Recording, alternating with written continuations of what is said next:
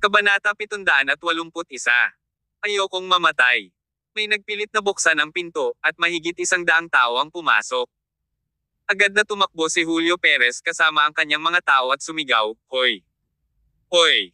Ang lakas ng loob mo!" Lumabas si Case Jones mula sa karamihan at tumingin sa 6 na talampakan 3, si Julio na may hawak na tungkod na bakal at sinabing, "Gusto kong makita ang iyong ama, Buddy." "Master! Master Jones!" Naramdaman agad ni Julio ang panghihina ng kanyang mga paa nang makita si Case. Pagkatapos ng lahat, siya ang pangunahing tao ng Strego City. Lumabas na si Leon Perez na kakatakas lang. Wala siyang choice. "Kuya Jones, bakit ka dumating sa ganitong oras kasama ang napakaraming tao?" Tumingin si Case kay Leon, napakunot ang noo, at sinabing, "I wonder why you have so many people gathered here with weapons on their hands, Leon." "Oh, Tara, Kuya Jones, nakalimutan mo na ba ang sinabi mo kanina? Gusto mong hanapin natin si Snowfenner dito. Hahanapin na sana namin siya nang dumating ka." Si Leon ay medyo matalino at nagawa niyang paikutin ang kwento. Napakunot ang noo ni Case habang nagyayelong boses. Hindi siyang taong walang alam. "Stop trying to be clever, Leon. Nasaan si Snow? Snowfenner. Tigilan mo na ako, Kuya Jones. Paano ko malalaman kung nasaan siya? Nagpadala ka ng mga tao para kidnapin siya." Si Leon ay same time na umiling. "Ito ay isang hindi pagkakaunawaan, kapatid na Jones. Hinding-hindi ako gagawa ng masama sa mga artista ng Autumn Field Media. Alam kong si Tear Summers ang tao sa likod ng kumpanya. Huwag ka ng maarte, Leon Perez." Nagsisimula ng mawala ng pasensya si Case. "Sabihin mo sa akin kung nasaan si Snow, o ipapakita ko sa iyo ang mga kahihinatnan." "Seryoso ako, Kuya Jones. Hindi ko talaga alam." Natuwa si Leon nang makita ang frustrated na ekspresyon ni Case. Kahit na ang pamilya Perez ay nasa likod pa rin ng pamilya Jones, nagkaroon siya ng pakiramdam ng matatag na pagkatalo sa pamilyang Jones. Kung ipipilit niyang wala siyang kinalaman sa pagdukot kay Snow, walang magagawa si Case. Kahit na si Case ang pinakamakapangyarihang tao dito sa Strego City, kakailanganin pa rin niya ng ebidensya para mahuli siya. Habang siya ay medyo nasiyahan sa kanyang sarili, isang boses ang dumating sa likuran ni Case. "Sabihin mo kung nasaan si Snow, Leon Perez, or I will wipe out your family." Mabilis na umikot ang mga tauhan ni Case nang pumasok si Tear Summers, kasunod si Henry Walker. Agad na nagpalamig ang presensya niya sa kapaligiran. May nakamamatay na aura sa paligid ni Tear. Ang aura ay napakasama na walang ordinaryong tao ang makatiis sa panggigipit nito. "Sino ka? How dare you threaten my father?" Si Julio, isang mainitin ang ulo, ay hindi pa nakikita si Tear. Akala niya isa lang siyang manlalaban sa ilalim ng pakpak ni Case at naghanap ng pagkakataong ipagbunyi ang sarili sa ilang panunuya. Kung tutuusin, mukhang bata pa si Tear para maging mahalaga. Sinong makakaalam na siya ang tunay na amo ng laban? Lumitaw si Tear sa harap mismo ni Julio at hinampis ito ng kamay sa isang kisap mata. Si Julio, bilang isang mandirigma mismo, ay likas na dinala ang kanyang arm upang harangan ang pag-atake ni Tear. Gayunpaman, ang malinaw na tunog ng mga bali ng buto ay narinig habang ang braso ni Julio ay nakayuko sa isang mahirap na anggulo. Tumago sa hangin ang mga sigaw niya sa sakit. Hinawakan ni Tear ang kabilang kamay niya. "Nasaan si Snow?" Nakatingin siya kay Leon ng masama. "Hindi ko alam." Pasag. Nabali na ngayon ang magkabilang braso ni Julio. "Nasaan si Snow?" "Tear Summers, hindi ko gagawin ito kung ako ay." Pasag. Pamitik ang kanang paa ni Julio. Sigaw ng sakit at paghihirap ang umalangaw-ngaw sa buong bulwagan. Labis na nalungkot si Leon nang makitang pinahihirapan ni Tear ang kanyang anak. "Nasaan si Snow? Iligtas mo ako, ama. Iligtas mo ako." Natahimik si Leon. Pasag. Nabali rin ni Tear ang kaliwang paa ni Julio. Nakahiga siya sa isang bunten sa sahig, humihingal na parang asong namamatay. Ito ay isang tanawin na masyadong hindi magandang tingnan.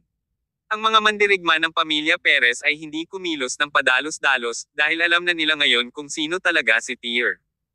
Ipinatong ni Tear ang paa sa leeg ni Julio. "I will ask you one last time. Nasaan si Snowfenner?" Nanatiling tahimik si Leon habang itinaas ni Tear ang kanyang paa, gustong pumutok sa leeg ni Julio tulad ng ginawa niya sa kanyang mga paa. Nang itataboy na niya ang kanyang paa pababa, sa wakas ay napayuko si Leon sa ilalim ng presyon at sumigaw, "Heart Lake Building." Siya ay nasa Heart Lake Building. It was Pendragon. He asked me to kidnap Snow Fenner. Sino si Pendragon? Tanong ni Tyr. Hindi ko maipaliwanag, sagot ni Leon. Siya ay napakakapangyarihan, Tyr Summers. Wala siyang pakialam sa mga henyo sa Hilaga o sa South Lambert Royal Family. Pinabalaan kita, Tyr. Ayaw mong madamay ang kanyang masamang panig. Umisi si Tyr at ibinaba ang paa sa leeg ni Julio. Anak ko, nalungkot si Leon. Hindi niya inaasahan na ganoon kalupit si Tyr, pinatay ang kanyang anak ng napakalupit kahit na sinabihan siya kung nasaan si Snow. Papatayin kita, Tyr Summers. Nanginig ang buong katawan ni Leon. Patayin mo siya. Sabi ko, patayin mo siya. Gayunpaman, ang mga mandirigma na nakatayo sa likuran niya ay hindi gumagalaw at nanatiling nakaugat sa lugar. Gusto man ng ilan na tumalon kay Tyr, mabilis nilang pinigilan ang sarili, nang makitang walang aksyon ang kanilang mga kasama. Ang kanilang mga kalaban ay ang pamilyang Jones, ang numero 1 puwersa ng Strego City, at si Tyr Summers, ang alamat ng timog na pumatay kay Sachin Taylor. Sino ang mag-aalay ng kanilang buhay sa oras na ito? Nang makita ang pagiging pasibo ng kanyang mga mandirigma, sinampal ng natatakot na si Leon ang isang tulad ng mandirigma sa kanyang mukha at sumigaw, bakit nandito ka pa? Ibaba mo siya. I'm sorry, my lord, but I don't want to die. Ibinaba ng manlalaban ang kanyang sandata at tumakas. Kabanata 782. Uminom sa amin. Habang nasaksihan nila ang iba pang sumusunod, ang mga mandirigma mula sa pamilya Perez ay tumakbo palayo sa isang kisap mata. Sa sandaling ito, si Leon Perez ay nasa kawalan. Wala nang oras si Tyr para manatili pa rito. Walang awa at malamig na utos niya, Case, gusto kong mawala ang pamilya Perez sa Strego City ngayong gabi. Matapos ang utos, hindi na lumingon si Tyr at iniwan ang pamilya Perez. Nagmamadali siyang pumunta sa Heart Lake. Maririnig mula sa likuran ang desperadong sigaw ni Leon. Tyr, if dare touch the Perez family, Pendragon will never let you go, so just wait for your death. Pendragon. Napabuntong hininga si Tyr at bumulong, hindi siya mabubuhay ngayong gabi. Matapos makumpirma ang lokasyon ni Snow Fenner, agad na sumugod si Tyr patungo sa Heart Lake Building. Kasabay nito, inutusan kaagad ni Case ang kanyang mga tauhan na malapit sa Heart Lake Building na iligtas ang mga tao doon. Ang Heart Lake Building ay matatagpuan sa isang maliit na isla. Isa itong villa na itinayo sa islang ito ng pamilya Perez at hindi binuksan sa mga tagalabas. Ginamit lamang ito upang mag-host ng mahahalagang bisita. Walang dadang si Pendragon ang mahalagang panauhin ni Leon. Kaya naman agad na dinala ni Leon si Pendragon sa Heart Lake Building. Sa sandaling ito, sa Heart Lake Building sa ikalawang palapag ng side building, naghanda na si Pendragon ng candlelight dinner. Nakatayo sa tabi niya si Smaug, isang lalaking mukhang walang iba kundi isang espiritu. May red wine at western food sa mahabang rectangle table habang si Pendragon naman ay nakaupo sa isang dulo ng table at nakatitig kay Snow Fenner sa tapat niya. Samantala, si Smaug ang namamahala sa pagbuhos ng alak. Sa sandaling ito, mukhang kinakabahan si Snow. Hindi pa niya naranasan ang ganitong sitwasyon noon at nakaramdam siya ng takot at takot. Come, Miss Snow. Isa ako sa mga loyal fans mo. Mag-toast tayo. Hinawakan ni Pendragon ang basong puno ng red wine sa kanyang kamay at itinulak iyon kay Snow. Magandang babae, pagkatapos ng inuman, maglaro tayo ng mas makabuluhang bagay. Walang balak si Snow na buhatin ang kanyang baso ng alak. She said nervously, pakiusap bitawan mo ako. Imposible iyon. Umiling si Pendragon. Dahil inimbitahan kita, hindi ka pinapayagang umalis bago sumikat ang araw. Ito ay kidnapping. Nagsimulang mawala ng kontrol si Snow sa kanyang emosyon. Huwag kang maingay, Miss Snow. Hindi ka gaanong maganda kapag nabalisa ka. Iniunat ni Pendragon ang kanyang mga kamay patungo sa nyebe at hinawakan siya sa ilalim ng kanyang baba. Gusto niyang umiwas ngunit hindi makatakas sa pagkakahawak ni Pendragon. I beg you. Please let me go. Inumin mo. Si Pendragon na kanina pa maginoo ay biglang nag-iba. Pinilit niyang ibuka ang bibig ni Snow at ibinuhos ang buong baso ng red wine sa bibig nito. Nabulunan si Snow ng kaunting alak nang magsimula itong umagos mula sa kanyang ilong na nagpaluha sa kanya. Let me go. Si Tyr Summers ang kuya ko. Kapag nalaman niyang dinukot mo ako, hinding-hindi ka niya mapapatawad. Tyr Summers na naman. Hindi nagustuhan ni Pendragon na marinig ang pangalang ito. Nagsimula siyang makaramdam ng inis. Ipinahihiwatig mo ba na si Tyr ay napakakapangyarihan sa timog at ang tatlong malalaking kilalang pamilya ay nasa ilalim niya? Let me tell you honestly. Ako, Pendragon, ay hindi natatakot sa mga tinatawag na prominenteng pamilya. Ang mga prominenteng pamilya sa Southern ay wala. Hindi man lang ako naaabala ng mga matatanda mula sa Southern Lambert Royal Family. Ahaha. Tumawa ng malakas si Pendragon. Yung tawa niya na may sobrang saya at nakakakilabot at the same time. Sa sobrang takot ni Snow ay namutla siya. Hindi niya maiwasang manginig. Snow, be a good girl and listen to me. After pleasuring me, I will give you anything you want. Kung hindi ka makikinig sa akin, sisiguraduhin kung patay na patay ka ngayong gabi. Hihihi. Umalis ka. Nanginginig si Snow. Katutubo niyang kinuha ang isang baso ng red wine at sinaboy ito kay Pendragon. Ngumiti si Pendragon. Pagkatapos ay inilabas niya ang kanyang dila at dinilaan ng alak sa kanyang mukha. Sabi niya habang tumatawa, aggressive. Now, this is fun. Tumayo si Pendragon at naglakad papunta kay Snow. Pinunit niya ang damit niya. Anong ginagawa mo? Lumayo ka. Bitawan mo ako. Hehe. Kung bibitaw ako kapag sinabi mo, hindi ba ako mapapahiya? Inilapat ni Pendragon ang kanyang bibig sa kanyang leeg at mariing kinagat ang kanyang leeg, na nag-iwan ng malalim na marka sa leeg ni Snow. Ang bawat woman na nasiyahan sa akin ay makakatanggap ng aking mga marka ng ngipin sa kanilang mga leeg.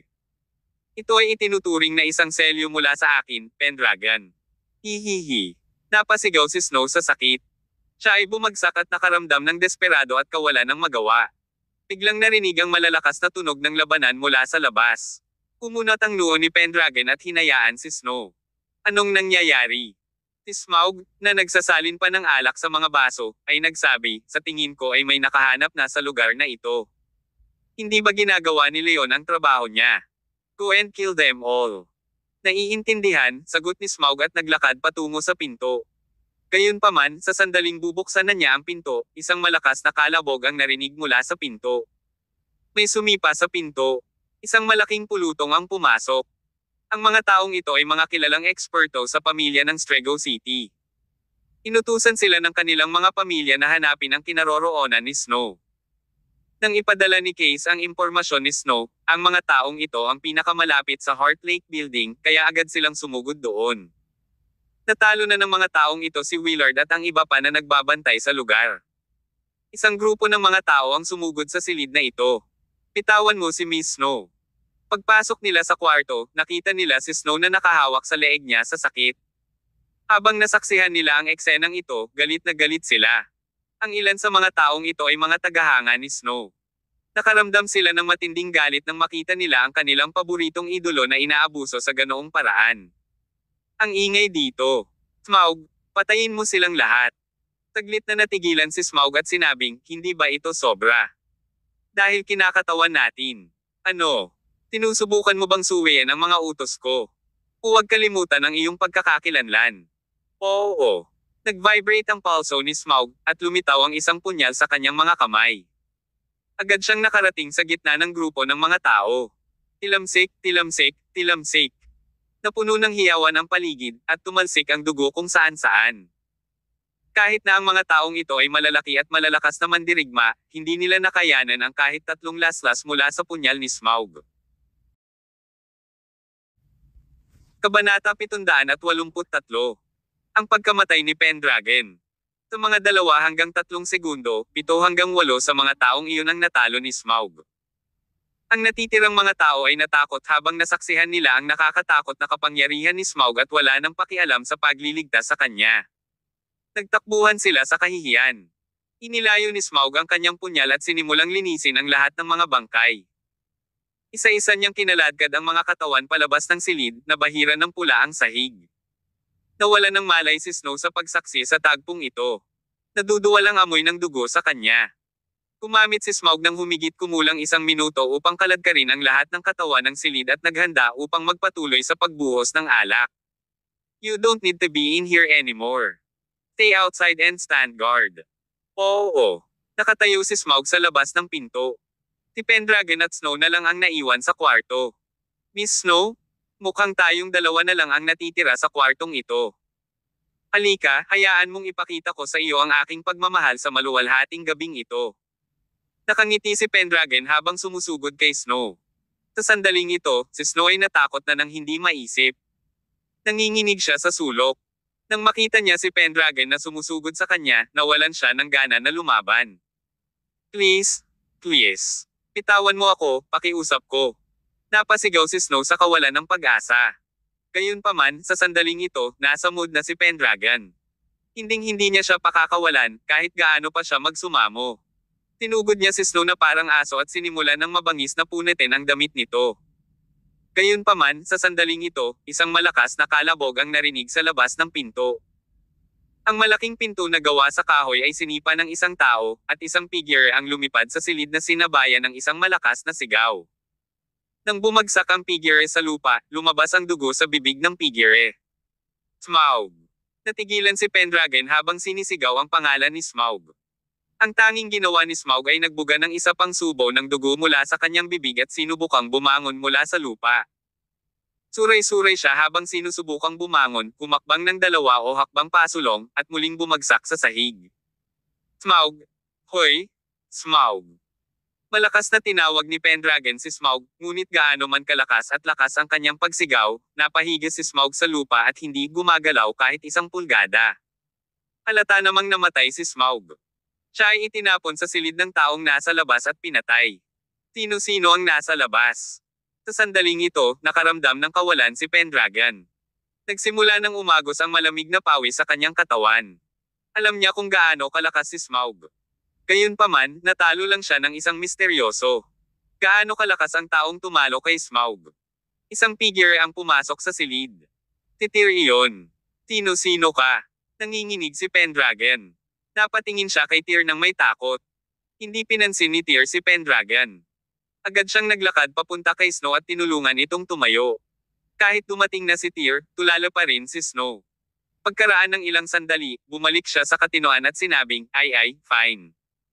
Umagulgol ng malakas si Snow sa yakap ni Tyr. Ilalabas na kita. Hinawakan ni Tyr si Snow at naglakad papunta sa pinto. Sa sandaling ito, naglabas ng kutsilyo si Pendragon. Mabilis siya. Halos tumama ang kutsilyo sa likod ni Tyr. Gayunpaman, ang antas ni Pendragon ay hindi malapit sa kay Tyr. Agad namang tumalikod si Tyr at ibinato ang kutsilyo pabalik kay Pendragon. Dumaan ang kutsilyo kay Pendragon at idinikit sa dingding sa likuran niya. Lumabas ka muna. Lahat ng nasa labas ay lalaki ko, utos ni Tyr kay Snow at saka lumingon kay Pendragon. Tiyak na mayroon kang lakas ng loob na hawakan ang aking mga tao. Si Tyr ay nagpapalabas ng isang malakas na aura ng pagkahumaling sa dugo habang papunta siya kay Pendragon, hinawakan ang kanyang leeg, at binuhat siya. Ang mga paa ni Pendragon ay nasa lupa, at naramdaman niya ang kanyang paghinga ng pahirap ng pahirap. Sabi niya na namumula ang mukha, "Let me go. You. Let me go. Alam mo ba kung sino ako? Ako ay 6. Bago pa man matapos ni Pendragon ang kanyang pangungusap, pinutol siya ni Tyr, "I don't care who you are. Nalipol na ang pamilya Perez. Ikaw na ang susunod." Malakas na inihagis ni Tyr si Pendragon sa sahig. Isang malakas na kalabog na sinundan ng pagbitak ng sahig na naging sanhi ng pagkapiko. Pinasag ni Tyr ang mga gulugad ni Pendragon, at napahigi siya sa lupa na sumisigaw ng masakit. Tyr Summers, pagsisisihan mo ito. Siguradong pagsisisihan mo ito. Since you dare hurt me, sisirain ko ang buong pamilya mo. Basag. Napuno ang silid ng tunog ng mga bitek ng buto. Ang pag-aayos ng mga buto ay ang kadalubhasaan ni Tyr. Pagkaraan ng 1 minuto, isang malakas na kalabog ang narinig mula sa Dunham Lake sa labas ng bintana. Itinapon ni Tyr si Pendragon sa lawa. Dahil nagkapira-piraso na ang mga buto ni Pendragon, hindi na siya nakabangon pa. Kumuha si Tyr ng tissue sa lamesa at pinunasan ng dugo sa sapatos niya. Pagkatapos ay tinapon niya ang tissue sa tabi. Pagkatapos, lumabas na siya ng kwarto. Sa labas, dumating na si Case at ang iba pa at binigyan ng bagong damit si Snow na isusuot. Naghihintay sila sa bangka para kay Tyr. Linisin mo ang lugar na ito, utos ni Tyr kay Case. Okay. Tumango si Case at sinabing, "Pero Palace Master, may impormasyon kami mula sa pamilya Perez." Ang background ng Pendragon na ito ay hindi simple. Siya. Wala akong pakialam kung sino siya. Kung dumating ang mga opisyal upang mag-imbestiga, sabihin sa kanila na nalasing siya at nahulog siya sa ilog at nalunod. Sige na. Hindi natuloy si Case. Gayunpaman, masyadong katawa-tawa ang ginawang palusot ni Tyr. Sino ang maglalasing at mahuhulog sa ilog at malulunod ng mga belang buto? Sumakay si Tyr sa bangka at nag-aalalang tinanong si Snow, "Are you okay?" "Ayos lang ako. Salamat, Kuya Tyr." Matubig pa rin ang mga mata ni Snow. Ito ay maliwanag na siya ay takot. "Buti naman at ligtas ka." Tumanggo si Tyr. Pagkatapos ay dinala niya si Snow pabalik sa kanyang hotel at inutusan si Case na maglagay ng ilang mga bodyguard para sa kanya upang maiwasang mangyari muli ito. Nang makabalik si Tyr sa kanyang hotel, halos 3:00 na ng madaling araw. Hindi nakatulog si Winifred. Pagkatapos ng ganoong malaking insidente ay nangyari, syempre, hindi siya makatulog. "Hindi ka patulog." Itinulak ni Tyr ang pinto at pumasok. Nakaramdam siya ng kirot nang makita ang magulong anyo ni Winifred. Ligtas ba ang Snow? "Everything's fine now. She's back in her hotel. Kanina pa kita tinatawagan para ipaalam."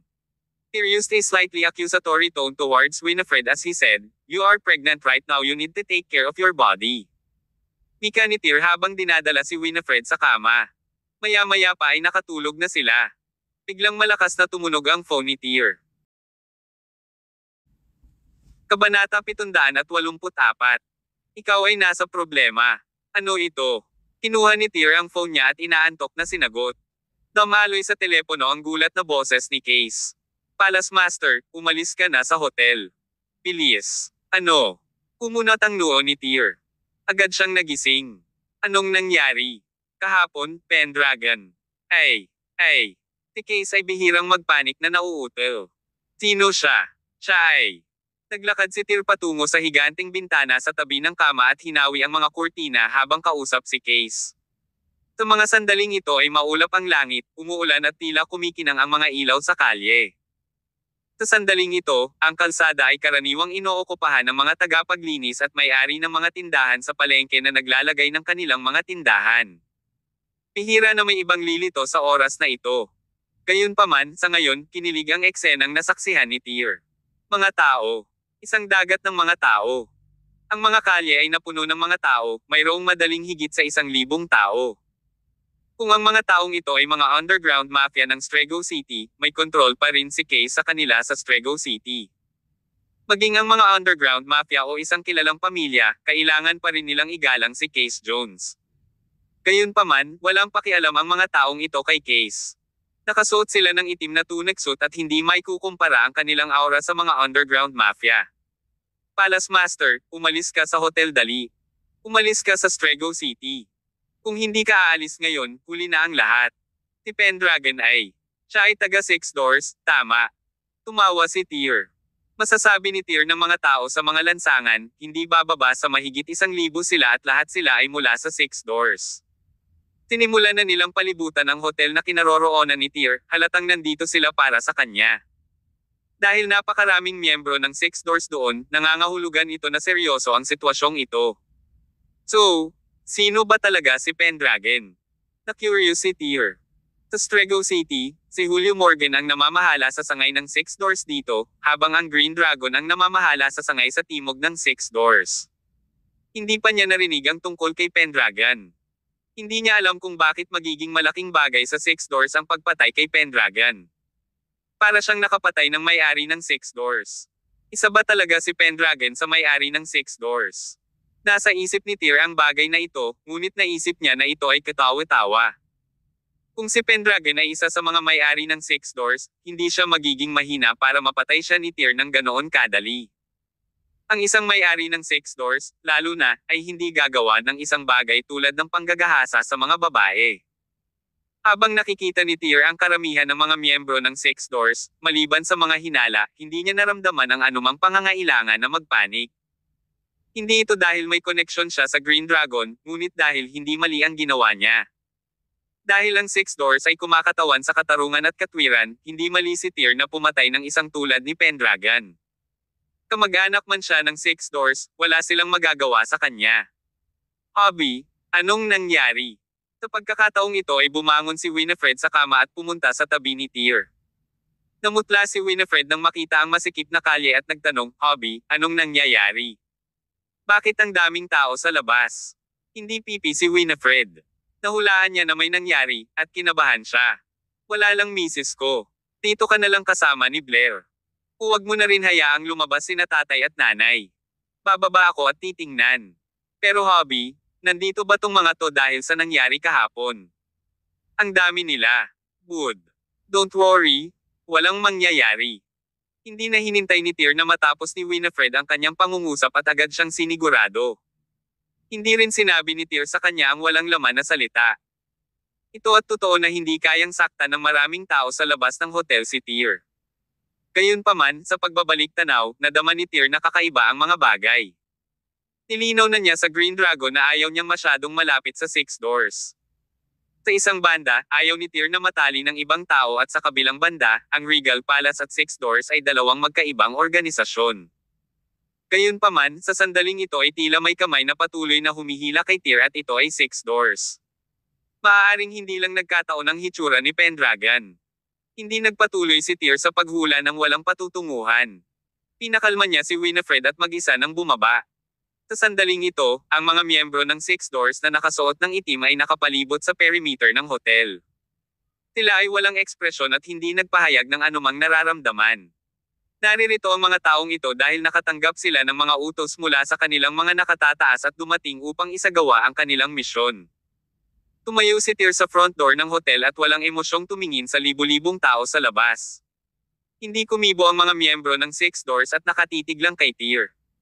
Ang kapaligiran ng buong lugar ay biglang naging kakaiba. Makalipas ang mahabang sandali ay tuluyan ng lumabas ng hotel si Tyr. Agad na bumuo ng landas ang mga miyembro ng Six Doors para kay Tyr. Sa dulo ng landas ay may lalaking nakasuot ng leather jacket at dock cap habang naglalakad. Ang taong ito ay walang duda na ang taong nasa tabi ni Pendragon noong gabi nang mag-premiere ang Whitesnake. Nagpatuloy siya sa paglalakad habang tinatanggal ang kanyang dock cap. Hindi ito ordinaryong tao. Siya ang kinatawan ng sangay ng Six Doors ng Strego City na si Julio Morgan. Sa totoo lang, tama ang hinala ni Tyr. Planado ang lahat. Naglakad si Julio papunta kay Tyr at sinabing, "Tyr, nabayaran mo na ni Six Doors ang utang ng isa't isa, diba?" "Tama ka."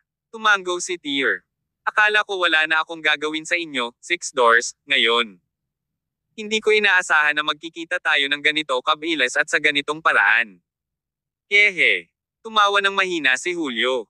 "May problema ka. Talaga?" "Oo." Tumango si Julio, ang pinatay kagabi sa Heart Lake Building, Pendragon, ay anak ng Grand Elder ng Six Doors Andos Dragon. Sa sandaling ito, nakaramdam si Tyr ng kabog sa kanyang puso. Narinig na ni Tyr mula sa Green Dragon ang tungkol sa Grand Elder. Ang Six Doors ay nagpatibay sa kanilang mahigpit na sistema ng hierarchy.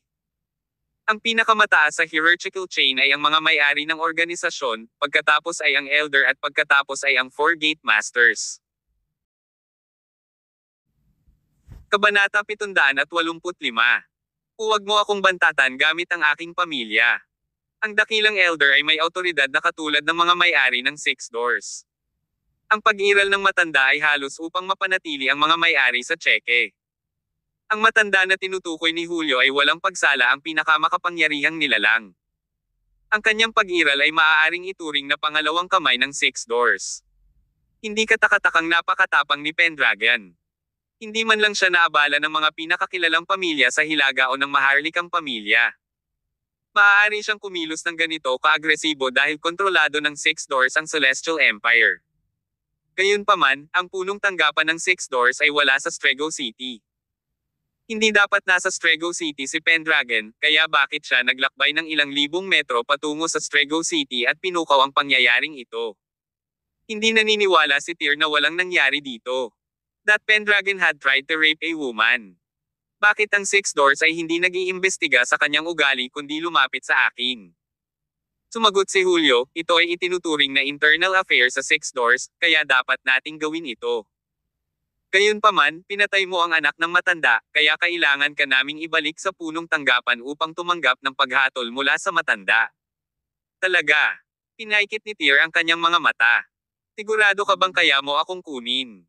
Sabi ni Julio, Tyr, alam kong malakas ka. Pero kahit gaano ka pa katatag, hindi mo kami kayang labanan lahat. Lalo na't nasa loob pa ng hotel ang pamilya mo. Tinatakot mo ba ako? Nang banggitin ni Julio ang pamilya ni Tyr, biglang napuno ng bloodlust ang katawan ni Tyr. Hinawakan niya ang leeg ni Julio at binuhat. Nagsimulang hindi mapakali ang mga miyembro ng Six Doors na nakapalibot sa lugar. Ramdam ni Julio ang kanyang sarili na nawawala ng hininga. Nagsimulang bumilis ang tibok ng puso niya. Ramdam niya ang pag-agos ng dugo ni Tyr sa kanyang katawan. Hindi na siya magtataka kung tatapusin ni Tyr ang buhay niya sa isang segundo dahil ang mga sinabi niya ay nag-trigger ng bottom line ni Tyr. Ang taong ito ay komedyante. Nagdala si Julio ng mahigit 1,000 tao para hulihin si Tyr, pero ngayon parang si Tyr lang ang nakapaligid sa kanila. Huwag mong subukang takutin ako kasama ang aking pamilya. Ito ang aking unang babala sa iyo na hindi magkakaroon ng pangalawang pagkakataon. Napanatili pa rin ni Tyr ang kanyang konsensya. Hindi niya pinatay si Julio bagkus ay pinakawalan niya ito. Napabuga ng hangin si Julio. Ilang sandali pa ay tuloy-tuloy na ang pag-ubo niya. Tinabihan siya ng kanyang mga nakatataas na tapusin ang gawaing ito ay parang sinusubukang harapin ang kakaiba mismo. Hindi alam ni Julio ang susunod na gagawin. Gayunpaman, sa puntong ito, dahan-daang huminto ang isang pulang kotse. Nang makita ni Julio na nakaupo sa backseat ng sasakyan si Green Dragon, huminga siya ng malalim. Nandito ang kanyang tagapagligtas. Bumaba ang bintana ng sasakyan. Tumingin si Green Dragon kay Tyr at ngumiti ng hindi nakakapinsala, "Kuya Tyr, sumama ka sa amin. Ginagawa lang ng lahat ang trabaho nila. Huwag mo akong pahirapan." Sa sandaling ito, gusto ni Tyr na hilahin si Green Dragon palabas ng kotse at suntukin siya ng magkapira-piraso. Gayunpaman, dahil napakaraming lalaki ang nagtrabaho para sa kanila na nakapaligid sa kanya, sumuko siya sa ideyang iyon. Siguradong malaki ang Six Doors. Nagawa nilang tipunin ang napakaraming tao sa Strego City. Kung bibilangin ng isa ang buong Celestial Empire, mahigit 100,000 tao ng Celestial Empire ang kabilang sa Six Doors. Ito ay lubhang nakakatakot. Hobby. Tyr. Sa sandaling ito, hindi napigilan ni Winifred ang magmadaling lumabas ng hotel. Nasa tabi niya sina Helen at Jacob. Laking gulat ni na Helen at Jacob sa tagpong ito, ngunit hindi sila umatras at sa halip ay sinundan si Winifred sa paglapit kay Tyr. "Anong ginagawa niyo? Bakit niyo pinaalis ang manugang ko?" Hindi alam ni Helen ang nangyari noong nakaraang gabi, kaya agad siyang sumugod kay Julio at Green Dragon para magtanong. Hindi na niya alam kung ano ang sasabihin kay Tyr. From a certain point of view, nakita na niya si Tyr bilang tunay niyang anak. "Hobby, saan ka nila dadalhin?"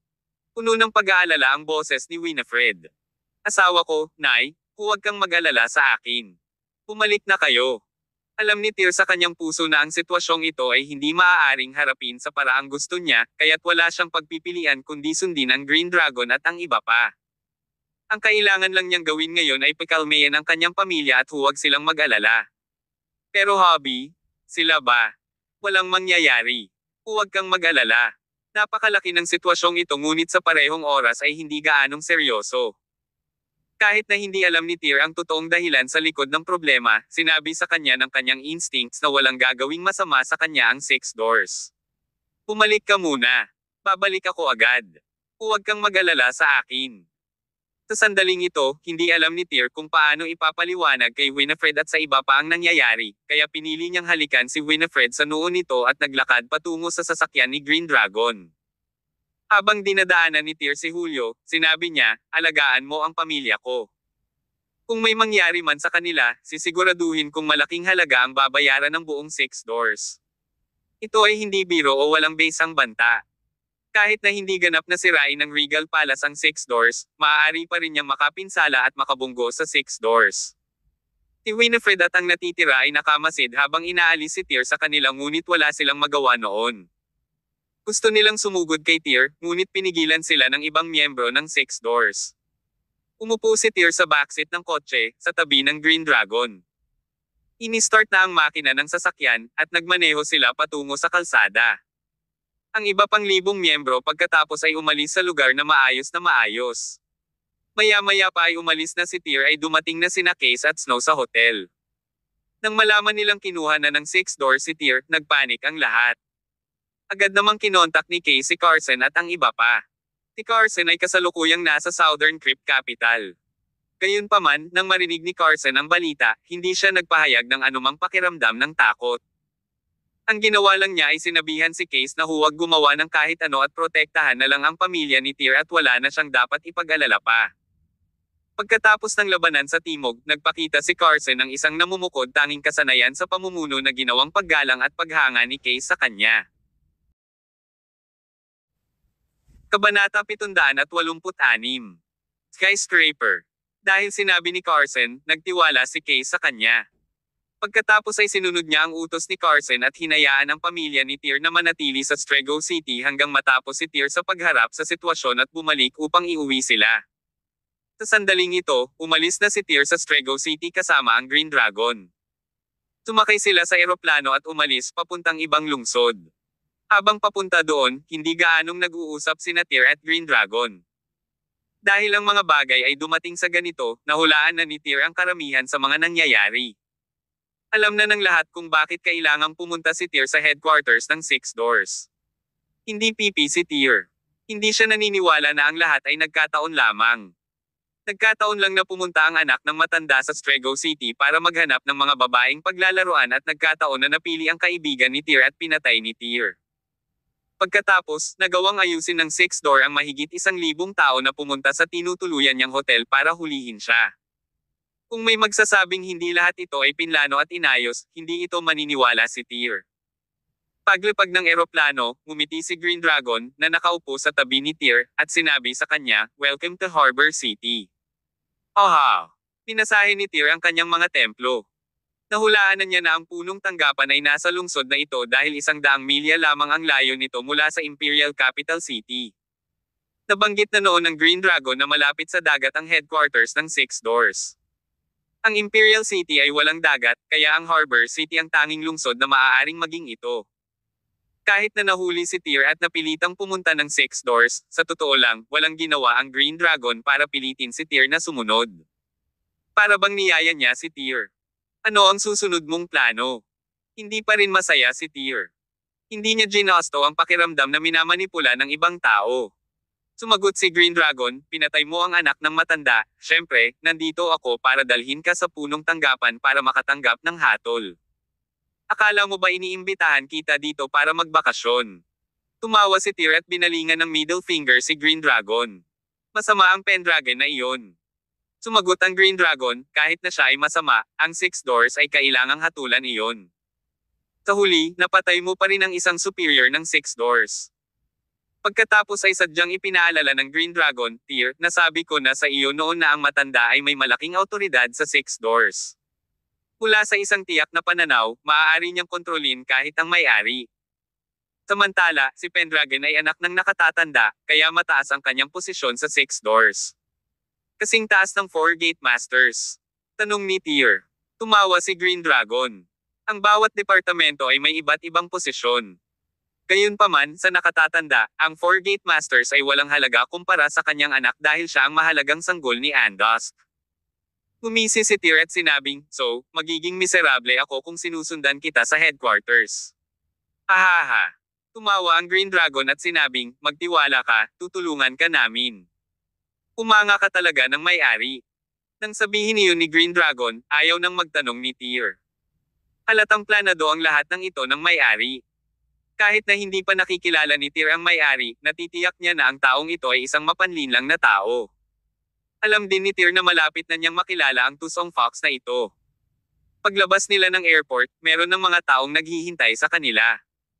Walang security measures dahil alam ni Green Dragon at ng iba pa na dahil dumating na siya, ibig sabihin ay walang balak tumakas si Tyr.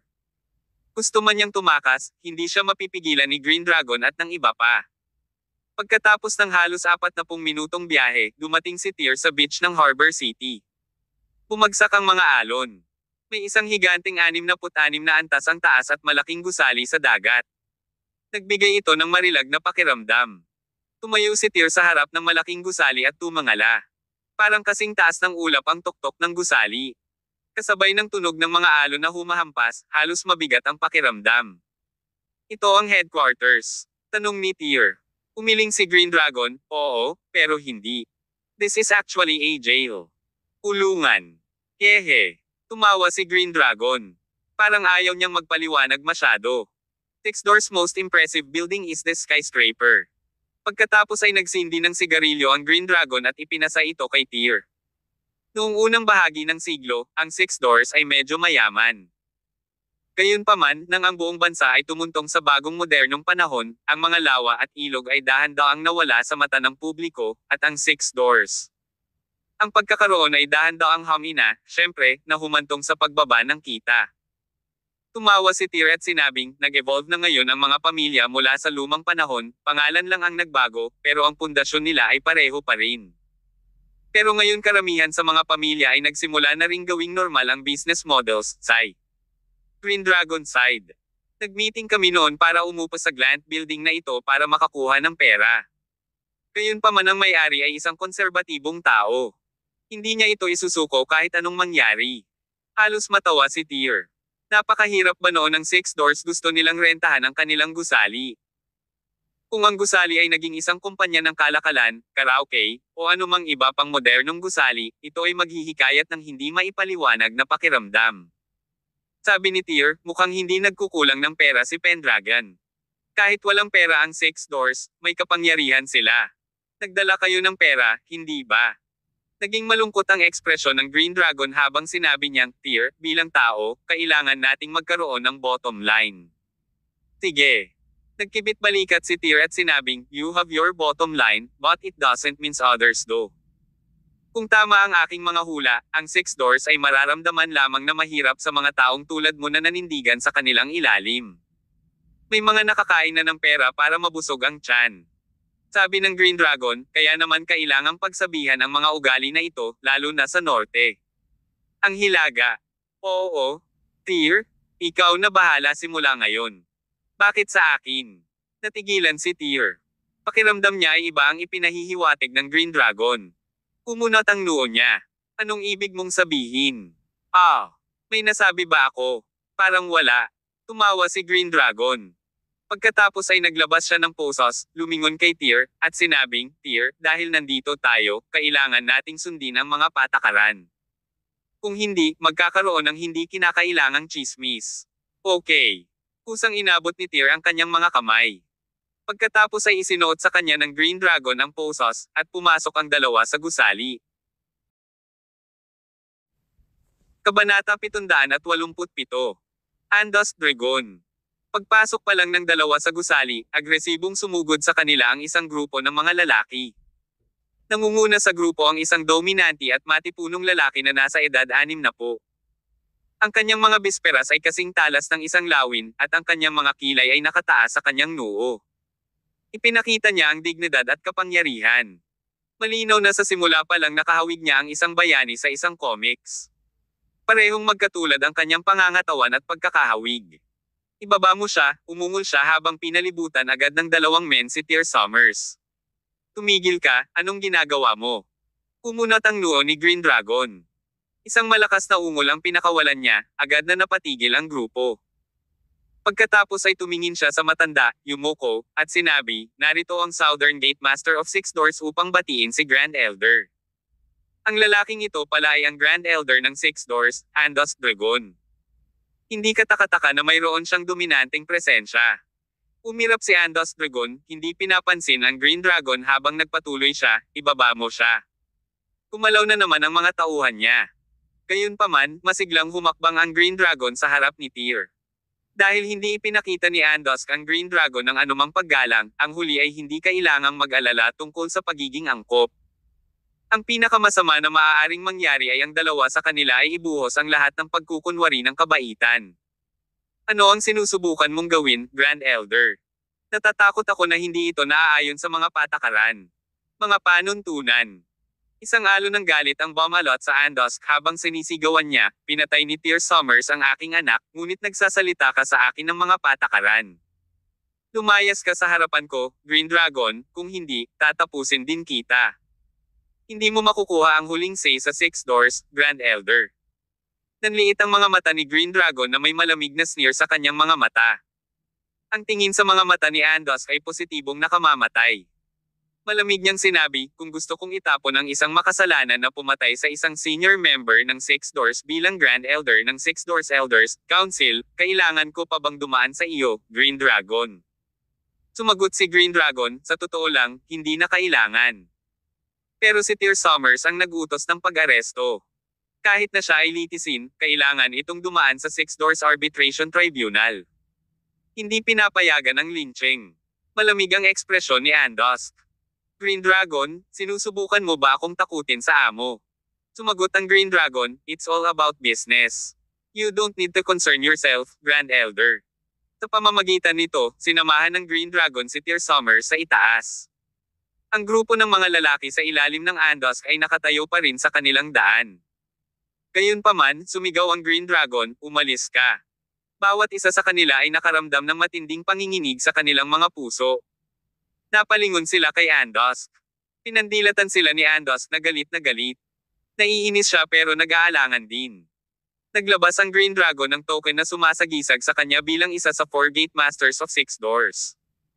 Grand Elder, ang 4 Gate Masters ay palaging responsable para sa extrinsic ng Six Doors mula nang itatag ito habang ang Council of Elders ang humahawak sa internal affairs. Ang bawat isa ay may kanya-kanyang tungkulin. Ang usapin sa pagitan ni Tyr Summers at Pendragon ay itinuturing na isang panlabas na kapakanan na ako, isa sa 4 Gate Masters, ay may pananagutan. Gusto mo ba talagang pilitin ang iyong paraan sa ito? Ngayon, umalis ka na.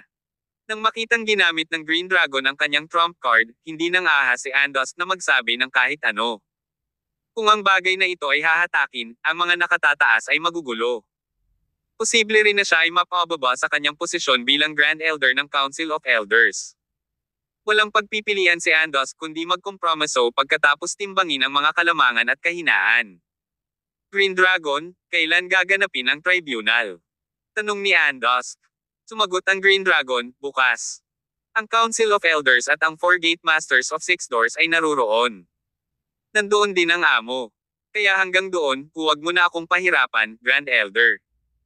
Kung talagang naniniwala ka na hindi makatarungang pinatay ang iyong anak, natural na mabibigyan ka ng hustisya sa tribunal na iyon bukas. Ngunit Grand Elder, narinig ko na ang iyong anak ay lumampas sa hakbang. May mga bagay na dapat ayusin. Natigilan si Andusk nang sabihin niya sa malamig na boses, anong ibig mong sabihin, Green Dragon? Oh, hindi gaano. Pumalik ka at magpahinga, Grand Elder. Magkita tayo bukas sa tribunal. Malamig na singgal ni Andusk. Malungkot ang mukha niya habang paalis kasama ang mga tauhan niya. Sa lahat ng nangyari, si Tyr Summers ay nanatiling walang malasakit na nanunood. Alam niyang may nagayos ng lahat ng ito. Bagamat siya ang bida sa pangyayari, tila hindi na niya kailangang itaas ang isang daliri. Nandito ang amo ng Six Doors. Tanong ni Tyr. Wala, sagot ni Green Dragon. Wala siya sa Harbor City ngayon. Pero, maaga siyang pupunta bukas. So, bakit mo ako dinala dito? Pumalaklak si Green Dragon. Dito ka mananatili ngayong araw. Maaari mo ring isaalang-alang ang lugar na ito kung saan ka pananatilihin ng Six Doors sa ilalim ng house arrest. Makikilala mo ang isang matandang kaibigan sa ilang sandali. Hindi na nagtanong si Tyr at sinundan si Green Dragon sa itaas. Sumakay sila ng elevator paakyat sa ika-6 na palapag ng gusali. Nang makababa sila, napagtanto ni Tyr na ang kapaligiran dito ay lubos na naiiba kumpara sa labas. Upang maging tumpak, ito ay talagang isang bilangguan, isang lugar na espesyal na ginagamit ng Six Doors upang pigilan ang mga bilanggo. Ang mga bilanggo na inaresto ng Six Doors ay dapat na ang pinakamakapangyarihan at hindi mapapatawad na masasamang tao sa komunidad ng martial arts. At ang gusaling ito ay kung saan nila pinigil ang mga lalaking ito. Mayroong 15 palapag, simula sa ika-50 hanggang ika-65 palapag, na inayos upang maging mga bilangguan. Hindi makatakas ang mga bilanggo sa pamamagitan ng pagtalon sa mga bintana dahil napakataas nila. Ang mga dingding ng silid ay gawa sa bakal. Mayroon ding isang malaking bilang ng mga eksperto mula sa Six Doors na kumikilos bilang mga bantay. Ito ang pinakamagandang lugar para makulong ang mga bilanggo. Ang kasalukuyang pagkakakilanlan ni Tyr ay isang kriminal na inaresto ng Six Doors. Hindi nakakagulat na ipinadala siya ng Green Dragon sa tinatawag na bilangguan. Sa kalaunan, sa ilalim ng patnubay ng Green Dragon, pumunta sila sa ika-6 na palapag ng mataas na gusali at sa wakas ay naglakad patungo sa pinakaloob na silid sa palapag na ito. Ang pinto na patungo sa silid ay isang mabigat na pintong bakal na may idinagdag na combination lock. Kahit na ang isang pagsabog ay hindi maaaring pasabugan ang pinto. Inilagay ni Green Dragon ang password, pagkatapos ay itinulak ang bakal na pinto at sinabi kay Tyr, bago ang sesyon ng tribunal, kailangan mong manatili dito. Pupunta ako para pangunahan ka sa tribunal. Okay, mahinang tugon ni Tyr. Pagkatapos noon, inilibot ni Tyr ang kanyang paligid. Sa kabila ng pagiging kulungan na itinayo ng Six Doors, hindi naman masama ang kapaligiran bilang karagdagan sa iba't ibang pinahigpit na hakbang sa pagprotekta. Ang interior ay pinalamutian ng maganda, kumpleto sa mga gamit sa bahay. Mula sa malayo ay natatanaw na ni Tyr ang isang taong nakakulong sa sofa sa loob ng kwarto. May iba pa dito. Sumimangot si Tyr. Tumawa si Green Dragon. Your old acquaintance. You can have a good chat with him tonight. With that, Green Dragon tinulak si Tyr sa loob at sinara ang pinto. Isang kakilala. Nagsalubong ang kilay ni Tyr. Hindi na siya nag-isip pa at pumasok na. Kabanata 788. Ang tanda ng isang gate master. Doon, sa isang European-style sofa, nakaupo ang isang individual na casual na humihigop sa tasa ng kape sa kanyang kamay. May telebisyon sa harap ng sofa na kasalukuyang nagbo-broadcast ng balita. Nang marinig niya ang pagpasok ni Tyr Summers, inilapag niya ang tasa sa kanyang kamay at tumayo. He turned around and cast a long overdue smile Tyr's way. Here we are. I told you we'd meet again. Matagal nang hinulaan ni Tyr ang pagkakakilanlan ng lalaking ito. Hindi na siya masyadong nagulat nang makita siya. Holy Tiger. Haha, ikaw yung nagpadala sa akin dito a month ago. At, ngayon ay katulad mo na lang ako makalipas ang isang buwan. Ang tono ng banal na tigre ay may mga pahiwatig ng Schadenfreude. Gayunpaman, ito ay biro lamang. Kung ikukumpara sa isang buwan na nakalipas, ang banal na tigre ngayon ay matagal nang nawala ang agresibong aura ng nakaraan. Ang kanyang mga gilid ay tila ganap na nakinis. Ang kasalukuyang siya ay hindi na ang pinakamakapangyarihang tao, sapat na ambisyoso upang gumawa ng lahat ng uri ng kalupitan. Siya ngayon ay mas katulad ng isang tao na lampas sa kanyang kalakasan sa pagre-retiro na naghihintay na mamatay. Hindi ka pa ba nasusubukan ng Six Doors? Tanong ni Tyr. Tumawa si Holy Tiger. Matagal nang nangyari ang paglilitis. Nakuha ko ang parusang kamatayan, ngunit ito ay nasuspend. Paliwanag ni Holy Tiger habang binuhusan niya si Tyr ng isang tasa ng kape. I'm destined to die. But they need me to do one more thing before that. I can go to hell once it's done. Tinanggap ni Tyr ang kapeng ipinasa sa kanya ni Holy Tiger. Ano yon? Para bigyan ka nito.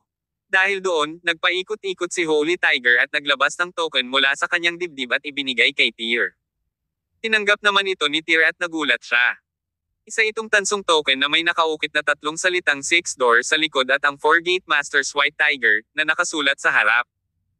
Walang alinlangan na ang token ay ang mismong sumasagisag sa kanya bilang isa sa 4 Gate Masters of Six Doors ang token ng Gate Master, White Tiger. Ano ang kahulugan nito, Holy Tiger? Itinabi ito ni Tyr. Natawa si Holy Tiger. Itinakda ng Six Doors na ang bawat isa sa mga posisyon ng 4 Gate Masters ay kailangang mamana mula sa isang dating Gate Master. Ang dahilan kung bakit nila ako pinananatiling buhay hanggang ngayon ay gusto nilang ipasa ko ito sa iyo. Tyr Summers, mula ngayon, ikaw na ang Northern Gate Master ng The Six Doors, White Tiger.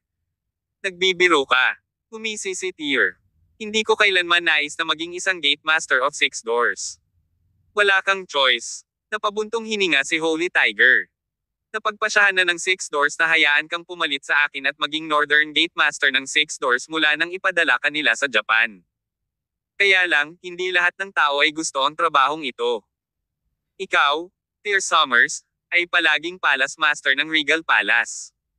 Natural na ayaw mong kunin ang posisyon na may pagkakakilanlan tulad ng sa iyo. Kaya, nang ibalik mo ako mula sa Japan, hindi nila pinilit ang isang showdown. Gayunpaman, dinala ka rito bilang isang bilanggo. Wala kang choice, Tyr Summers. Ganun ba? Malamig na singgal ni Tyr. Walang makakapilit sa akin. Nagkibit balikat si Holy Tiger. Kailangan kong aminin na talagang malakas ka. Gayunpaman, ang Regal Palace sa wakas ay nagpapatakbo sa ibang bansa. Ito ang Celestial Empire. Sa komunidad ng martial arts ng Celestial Empire, ang Six Doors ang batas. Higit pa rito, isang karangalan na nagustuhan ka ng amo ng Six Doors. Kumunat ang noo ni Tyr. Sino ang amo ng Six Doors? Hahaha. Biglang humagalpak ng malakas na tawa si Holy Tiger. Umarap siya sa bintana, pinagmamasdan ang umaalo na alon ng karagatan, malalaman mo rin ito sa lalong madaling panahon. Balita ko ang iyong amo ay isang matandang pulubi na isa sa 4 na emperador ng pamayanan ng martial arts sa Celestial Empire, Beggar King.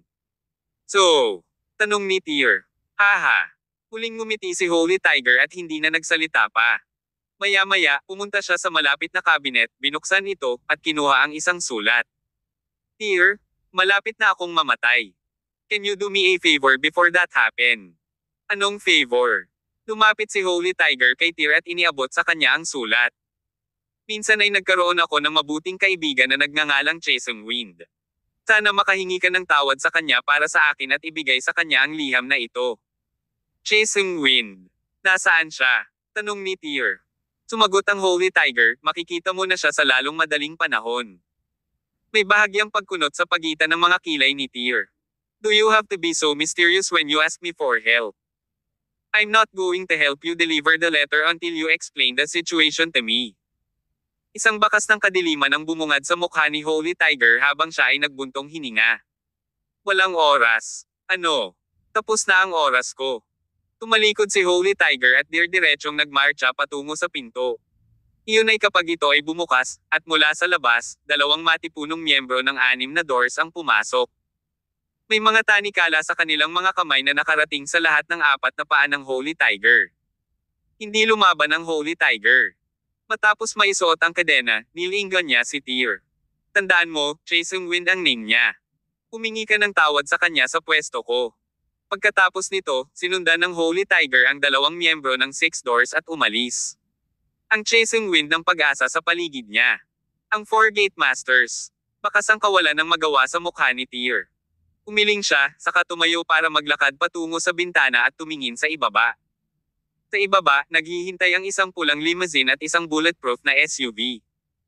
Nakasandal ang Green Dragon sa pulang limousine na naninigarilyo.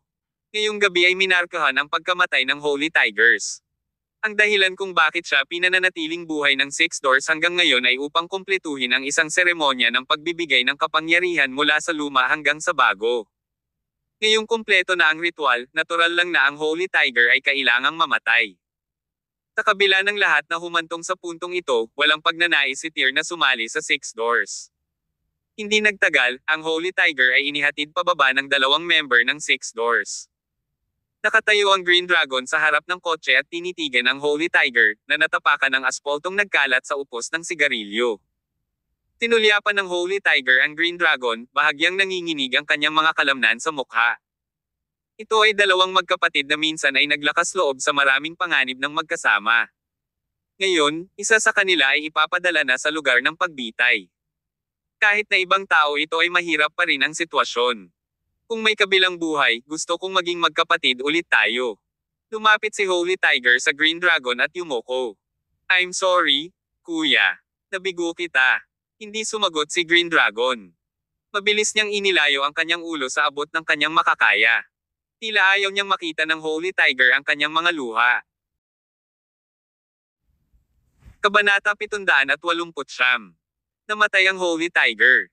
Nagmarcha papasok sa sasakyan si Holy Tiger nang bumukas ang pinto ng kotse.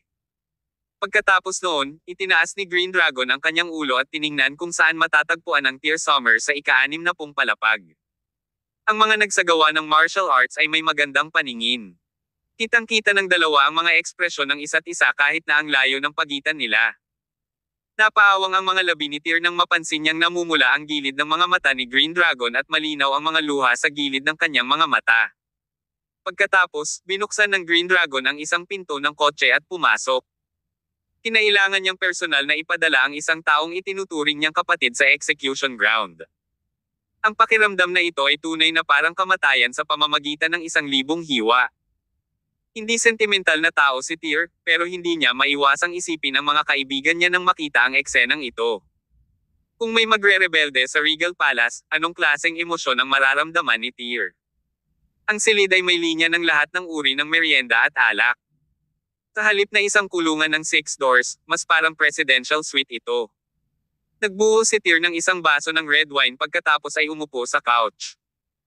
Ang token na nagpapahiwatig ng Northern Gate Master of 6 Doors at ang sulat ay inilatag sa coffee table. Chasing Wind. Kinuha ni Tyr ang sulat, balak na buksan, ngunit pinag-isipan ito ng mabuti. Ang liham ay tinatakan. Kung pinunit niya ito, hindi ba siya magiging isang pipong Tom? Sino kaya ang Chasing Wind? Hindi alam ni Tyr kung sino si Chasing Wind, ngunit ayon sa reaksyon ng Holy Tiger, ang kabilang partido ay tiyak na isang napakahalagang tao sa kanya. Ang Holy Tiger ay dapat magkaroon ng utang na loob sa kanya. Walang malalim na hinanakit si Tyr laban sa Holy Tiger. Nagbabalik lang siya ng pabor sa 6 Doors para hulihin ang Holy Tiger kahit na hindi pumayag si Tyr na kolektahin siya. Ang 6 Doors ay nagpadala pa rin sa kalaunan ng mas makapangyarihang tao para mahuli siya. Ang kapalaran ng Holy Tiger ay tinatakan mula sa pangalang ninakaw niya ang toneladang ginto at pinatay ang kanyang mga kasama bago tumakas sa ibang bansa. Dahil gusto ng Holy Tiger na bigyan siya ng pabor ni Tyr bago siya mamatay, hindi tumanggi ang huli. Itinabi niya ang sulat. Kung siya ay makaharap sa Chasing Wind balang araw, ibibigay niya ang sulat sa kanya. Pagkatapos, kinuha muli ni Tyr ang token at maingat na sinuri ito. Parang luma na ang token. Walang alinlangan na ito ay naipasa sa maraming henerasyon. Tila ang posisyon ng Gate Master of 6 Doors ay minana sa pamamagitan ng isang token sa maraming henerasyon. Dahan-daw ang pinasadahan ng mga daliri ni Tyr ang token na nakasulat sa kanyang mukha ang kawalan ng kakayahan. Ikaw talaga ay isang matandang Zorro. Pinagplanuhan mo na ito mula pa nang maglibot ako sa iyong mga pasyalan. I don't know what caught your fancy. Is it my personality or my riches? Iyon ang unang pagkakataon na naramdaman ni Tyr ang isang malalim na pakiramdam ng kawalan ng kakayahan. Para siyang marionette na minamanipula ng lahat na walang puwang upang labanan. Imposibleng makalabas kapag nasa leeg na siya sa isang dilema. Sumandal si Tyr sa couch, nilabas ang phone niya, at nag-video call para kay Winifred Zia. Nang kumonekta ito, ang pag-aalala at tensyonado na ekspresyon ni Winifred ang una niyang nakita. Honey, kamusta ka ngayon? May ginawa ba sila sa'yo? Pulang-pula ang mga mata ni Winifred. Siya ay hindi kapani-pani, walang kinakabahan. Ngumiti ng mahina si Tyr. Don't worry, sweetheart. Okay lang ako. Pagkasabi noon ay itinutok ni Tyr ang kanyang kamera sa kanyang paligid. Nasa presidential suite ako. Ang mga pintuan ay hindi nagpapahirap sa akin. Ngunit pinatay mo ang isa sa pinakamataas na brass ng 6 Doors. Huwag kang mag-alala. Ang taong iyon ay masama na hindi na matutubos. Inaalis ko lamang ang salot. Hindi ako paparusahan ng 6 Doors. Sa halip ay magpasalamat sila sa akin. Talaga? Yes. Tyr nodded with conviction. Ingatan mo si Blair at hintayin mo ako sa Strego City. Babalik ako agad. Okay. Pagkatapos nun, nakipagkwentuhan si Tyr kina Winifred at Blair saglit, nagmeryenda, at natulog. Kinaumagahan, may kumatok sa pintuan ng selda ni Tyr. Matagal nang nagising si Tyr. Nakatayo siya sa harap ng bintana, nag-aalaga ng umuusok na mug ng kape habang pinagmamasdan ang bulletproof na SUV at ang limousine na nakaparada sa ibaba. May kumatok ulit sa pinto nang lumingon si Tyr at sinabing, nasa iyo ang mga susi. Pumasok ka na lang. Kailangan mo bang pagbuksan kita ng pinto ng personal? Pagkatapos, bumukas ang pinto. Nasa kabilang gilid ang Green Dragon, isang bangkos ng mga susi sa kanyang kamay. Duguan pa rin ang mga mata ni Green Dragon. Malinaw na hindi siya nakatulog sa buong magdamag. Malapit na ang oras. Sumama ka sa akin sa tribunal. Wala sa magandang mood ngayon ang Green Dragon. Walang emosyon sa kanyang mga sinabi. Namatay si Holy Tiger. Tanong ni Tyr. Patay na siya. Sagot ng Green Dragon. Nakagawa siya ng unpardonable felony. Kailangan niyang mamatay. Nasasaktan ka, hindi ba? Patuloy na tanong ni Tyr. Sumagot si Green Dragon, Tyr, hindi ito mga bagay na dapat mong tanungin. Dapat mong isipin kung paano haharapin ang mga lalaking iyon mula sa Council of Elders ngayon din. Ngumiti si Tyr at iwinagayway ang token ng Northern Gate Master sa harap ng mga mata ni Green Dragon, tumugon ng may katuwaan, hindi ba ninyo inayos ang lahat? Ano pa ang kailangan kong isipin? Terra na. Hindi man lang nagabala ang Green Dragon na ikadi na si Tyr, diretso lang siyang inakay pababa. Pagkatapos, dumating sila sakay ng kotse sa isang lugar na parang sinaunang courthouse. Ang lugar na ito ay nasa likod lamang ng gusali at ilang nyebe na biyahe lang ang layo. Ang istruktura ay mukhang lipis na. May 3 entryway sa harap, bawat isa ay may 2 itim na lacquered na pinto. Nagdagdag ito ng hanggang 6 na pinto. Sa likod ng 6 na pinto ay nakalagay ang tribunal, na katulad ng isang hukuman sa Biblia. May 100 tao na ang nakaupo sa loob. Pagtingin niya, napansin ni Tyr si Andos Dragon, ang Grand Elder ng Council of Elders of Six Doors. Si Andos Dragon ay nagpapahinga para magkaroon ng mental composure sa una, ngunit nang mapansin niya si Tyr na paparating, ang kanyang mga mata ay pumikit, at ang kanyang mukha ay dumidilim. Nagalit si Andos dahil pinatay ni Tyr ang kanyang anak. Hindi na siya makapaghintay na bunutin ang mga buto ni Tyr at maputol ang kanyang mga litid. Gayunpaman, si Andos ay walang huling say sa Six Doors. Ang lahat ay kailangan pa ring gawin alinsunod sa mga patakaran. Nang pumasok si Tyr sa court hall, kitang-kita niya ang pagiging nagtatampo at mapang-api sa loob. Mahigit 10 tao ang naruroon. Ang karamihan sa kanila ay mga elder mula sa Council of Elders, at ang iba ay mga senior member ng iba't ibang departamento sa loob ng Six Doors. Sama-sama, binuo nila ang tribunal na nakatuon sa paglilitis sa kaso ng pagpatay kay Pendragon na nakapinlaban kay Tyr. Pinabati ng Green Dragon ang mga matatanda. Kabanata 770. Hinatulan siya ng kamatayan. Pagkatapos ipasok si Tyr Summers, nag-obeisance ang Green Dragon sa lahat ng nasa loob at pamwesto sa kanyang upuan. Magsimula na tayo.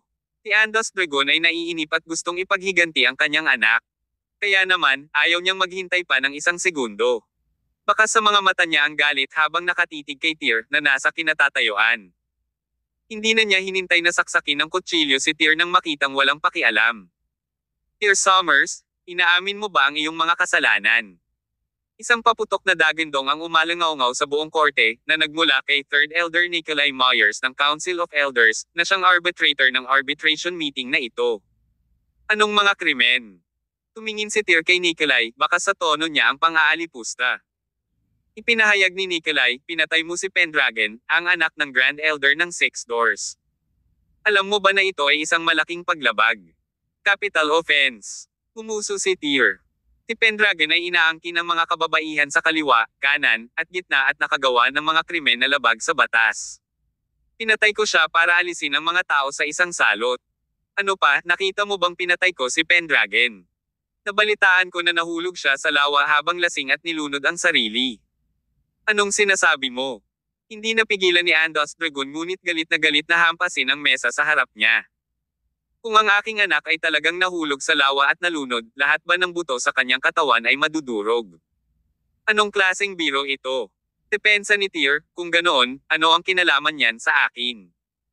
Ang lamig ng panahon sa Strego City. The lake was frozen over. Your son could have fallen that way. Anong pinagsasabi mo? Napabugan ng fuse si Andos habang nanlilisik. Tumingin siya kay Nikolai. Pangatlong elder, itong batang ito ang may kasalanan sa pagpatay sa anak ko. Mangyaring hatulan siya ng kamatayan kaagad. Ito. Nag-alinlangan si Nikolai. Pagkatapos ng lahat, ito ay medyo masyadong biglaan. Wala pa silang tiyak na ebidensya na pinatay ni Tyr si Pendragon. Gayunpaman, hindi ito mahalaga. Nagpadala si Andos ng isang tao upang mag-imbestiga sa Strego City ng maaga. Papunta na ang ebidensya. Sa buong pagpupulong ng arbitrasyon, nakaupo si Green Dragon ng tahimik habang nakapikit. Parang hindi niya isinasapuso ang bagay na iyon. O, marahil mayroon siyang ganap na kontrol sa sitwasyon. Sa sandaling iyon, isang lalaki ang dinala sa pintuan na sinamahan ng 2 miyembro ng Six Doors. Ang lalaki ay, sa katunayan, si Case Jones. Bakit ka nandito, Case Jones? Nang makita ni Tyr si Case na dinala sa tribunal, natigilan din siya. Gayunpaman, tumanggi si Case na yumuko para sagutin si Tyr. Agad siyang lumapit kay Nikolai.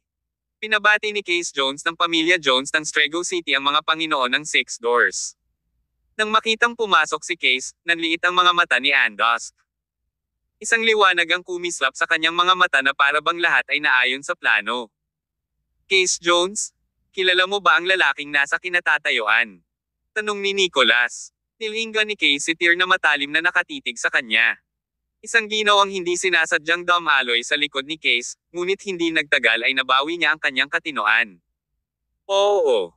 Ang kanyang pangalan ay Tyr Summers. Subordinate niya ako. Oh, mabuti naman. Tapos, tumingin si Nikolai kay Tyr. Kilala mo ba siya? Oo. Ngumiti si Tyr. Nagtataka siya kung bakit nandito si Case, ngunit tila hindi pabor sa kanya ang sitwasyon ngayon. Gayunpaman, hindi mahalaga, itinuturing ni Tyr ang kanyang sarili bilang isang tagalabas. Ito ang grand show ng Six Doors. Ligtas si Tyr kahit anong mangyari. Siyempre, kung talagang pinagtaksilan siya ni Case, hindi nakakailanganin pa ang pamilya Jones na patuloy na umiral sa Strego City. Case Jones? Paano namatay si Pendragon? Tinanong ni Nikolai ang mahalagang tanong. Walang pag-aalinlangan na sagot ni Case. Pinatay siya ni Tyr Summers. Pumunta kami ng mga tauhan ko sa Heart Lake Building kasama si Tyr Summers noong gabing iyon. Nasaksihan ko ng sarili kong mga mata ang pagpatay ni Tyr Summers kay Pendragon. May ebidensya ka ba? Oo. Naglabas ng flash drive si Case at iniharap kay Nikolai. Pagkatapos ay isinaksak ni Nikolai ang USB drive sa projector. Lumiwanag ang projector sa tapat ng tribunal, at hindi nagtagal, lumabas sa screen ang recording ng pagpatay ni Tyr kay Pendragon at itinapon sa lawa. Ang maikling video recording ng pagpatay kay Tyr ay nagpakita ng mga pangyayari sa lahat ng nangyari. Nang i-play ang naturang video sa buong view ng publiko, ang mga mukha ng maraming naruroon ay naging malungkot. Tumayo pa si arbitrator Nikolai Myers, itinuro si Tyr, at inakusahan, Tyr Summers, ang ebidensya ay narito. Ano pa ang masasabi mo sa sarili mo? Bahagyang nakakunot ang noo ni Tyr habang nakatitig kay Case habang nakatalikod naman ang huli. Tyr had no way of deny anything when put before this ironclad evidence, he could only admit to his crime. Tama. Ako nga ang pumatay kay Pendragon. Pero hindi ka ba curious sa motibo ko? Pinatay mo ang anak ko. Capital offense na yan. Bigla ding tumayo si Andusk. Pumunta sa hukay at magsisi, Tyr Summers. Pangatlong elder, mangyaring hatulan siya kaagad at hatulan siya ng kamatayan. Tinulyapan ni Nikolai ang mga nakatatanda at mga arbitrator na naruroon at nagtanong, ano ang inyong mga opinyon? Naway itaas ang inyong mga kamay ng mga sumasang-ayon na hatulan si Tyr Summers. May kabuuang 18 arbitrators ang naruroon, 12 sa kanila ang nagtaas ng kanilang mga kamay. Tumanggo si Nicholas. Kung ganoon, idineklara kung valid ang brutal na pagpatay ni Tyr Summers kay Pendragon. Masentensyahan siya. Hawakan mo. Ang Green Dragon, na nakaupo sa pahinga at nakapikit sa buong oras na ito, ay biglang nagsalita. Huminto si Nikolai at lumingon kay Green Dragon. Kate Master Green Dragon, may idadagdag ka ba? Tumayo si Green Dragon. Third Elder, hindi ka ba masyadong nagmamadali? Anong ibig mong sabihin? Sumagot si Green Dragon, alam lang natin na si Tyr Summers ang may gawa ng pagpatay ngunit hindi kung bakit niya ginawa iyon. Totoo kaya ang mga sinabi ni Tyr, na nilabag ni Pendragon ang batas? Dapat pa ba siyang bigyan ng parusang kamatayan sa pagpatay sa kanya? Pilit na sinaway ni Andusk ang Green Dragon. Green Dragon, ano ang binubulalas mo? Hindi ganoong klaseng tao si Pendragon. Alam mo kung totoo o hindi. Ang Green Dragon ay kasang-ayon sa amo ng Six Doors at noon pa man ay nakikipag-away sa mga matatanda. Hindi na kailangang bigyan ng mukha ng Green Dragon si Andusk at sa gayon, direktang pinunit niya ito. Third Elder, si Mr. Case Jones ay maaaring nagdala ng video ni Tyr Summers na nagsagawa ng pagpatay, ngunit mayroon din siyang kasamang isa pang video. Siguro kung lahat ng naruroon ay gustong tingnan ito. Anong video? Natigilan ang lahat. Naglabas ng isa pang flash drive si Case.